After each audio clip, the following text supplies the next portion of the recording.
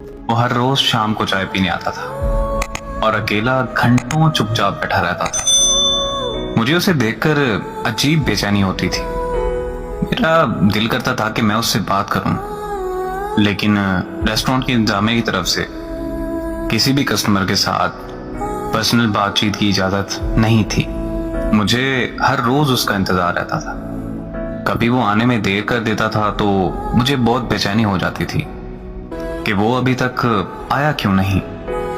एक दिन वो रेस्टोरेंट नहीं आया, तो अगले दिन जब आया तो मैंने उससे पूछ लिया कि सर आप कल नहीं आए, आपकी तबीयत तो ठीक थी ना।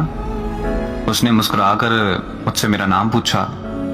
मैंने उसे अपना नाम बताया तो मेरा नाम पुकारते हुए कहने लगा कि मैं बिल्कुल ठीक हूँ और कल मैं शहर से बाहर था। अभी मैं अगली बात करने ही लगी थी कि रेस्टोरेंट का मैनेजर आ गया और मुझे वहां से जाने का इशारा करने लगा। मैं वहां से स्टाफ रूम में चली गई।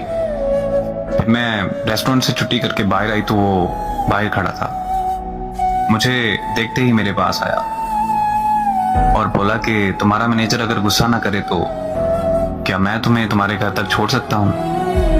मैंने हंसते हुए हाँ बोल दी। घर पहुंचने तक हम में काफी जान पहचान हो चुकी थी। फिर वो मुझे हर रोज घर ड्रॉप करने लगा। हम दोनों में बहुत गहरा ताल्लुक बन चुका था। मोहब्बत थी या फिर दोस्ती, पर जो भी था बहुत खूबसूरत था।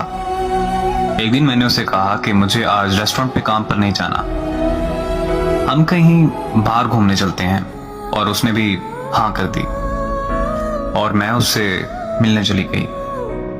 फिर उस दिन मैंने रोड पर खड़े होकर उसका 5 घंटे इंतजार किया, लेकिन वो नहीं आया। उसने मेरी कोई कॉल अटेंड नहीं की और मुझे बहुत ज्यादा दुख हुआ, यहां तक कि मैं रोते हुए घर वापस आ गई। अगले दिन सुबह को न्यूज में उसकी तस्वीर देखी। वो न्यूज सुनकर मेरे पांव तले जमीन निकल गई कि कल उसकी एक एक्सीडेंट में मौत हो चुकी थी। वो एक्सीडेंट तभी हुआ जब वो मुझसे मिलने आ रहा था। मुझे आज भी उसके चले जाने का यकीन नहीं होता।